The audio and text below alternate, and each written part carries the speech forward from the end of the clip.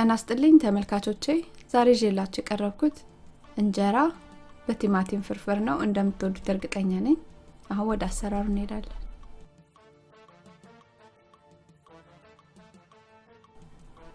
ፍርፍሩን ለማዘጋጀት የሚያስፈልገን ሽንኩርት ነጭ ሽንኩርት በርበሬ ዘይት እንጀራ ቲማቲምን የቆርቆሮ ነው የተጠቀምኩት ፍሬሹን መጠቀም እንችላለን ጫውና ቁንደ በርበሬ ናቸው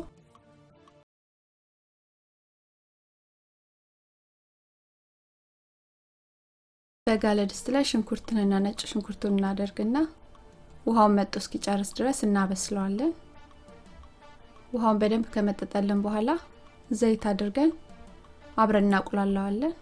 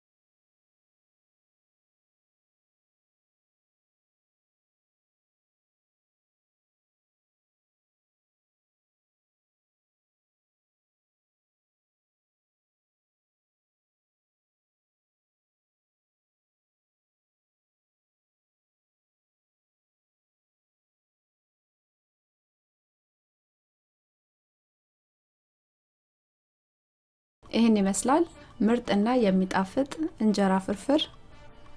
እንደወደዳችሁት እርግጠኛ ነኝ አስተያየት ጥያቄ ካላችሁ ቀበላለሁ አመሰግናለሁ ደህና ሁኑ